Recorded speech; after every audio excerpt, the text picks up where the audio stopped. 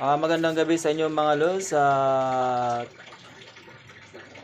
Ngayon pupunta natin ang ating mga alagang manok. Tara, samahan nyo ako. Yan mga lods, 11 na yung ating itlog dyan. Hindi ko alam kung kailan pa ito maglililim. At yung nandito sa kabila, nilagyan na natin sa incubator kasi ayaw na maglilimlim ng itlog dyan. At kanina pala, meron tayong mga kaibigan na pumunta at nanghingi sila ng ating mga sweater taffy line natin. Ayan, yan na lang natira sa ating sweater taffy line natin. Tatatlo na lang yung lalaki natin at nahingi na nila yung iba.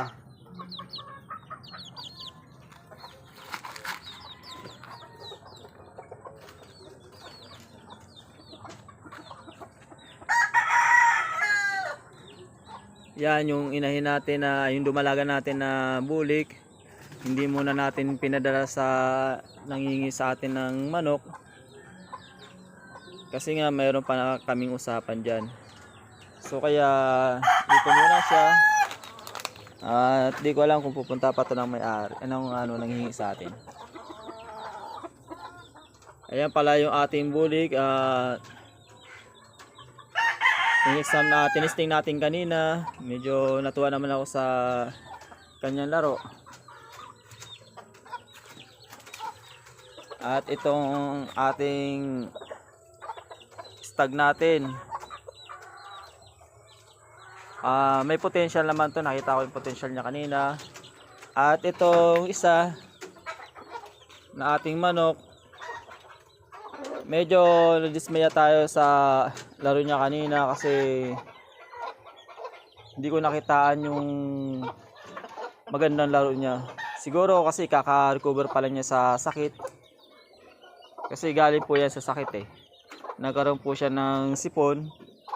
Ngayon 4 days pa lang siya nakaka-recover. At ito nga yung ating mga bagong papisa. Ayan na sila ngayon.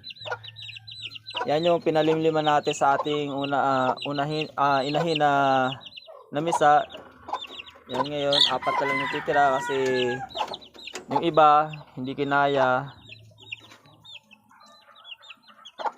Kaya 4 na lang tira.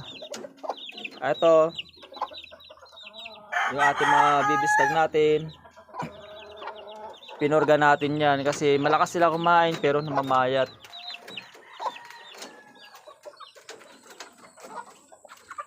Itong ating talisayin,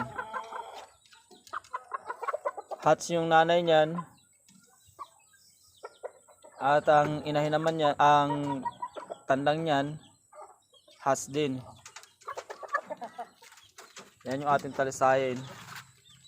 Pinorga natin yan kanina. At ito pa yung anak ng SBR natin. Yan, pinorga rin natin yan. At ito, hindi muna natin pinorga itong ating bulik, yung bibistag natin na bulik. Hindi pa natin pinorga kasi nagkaroon din siya ng sipon nung panay-panay ang ulan. Kaya ngayon ginambutin natin siya. Yan yung aking bunsong anak at kasama natin yan dito sa ating manukan.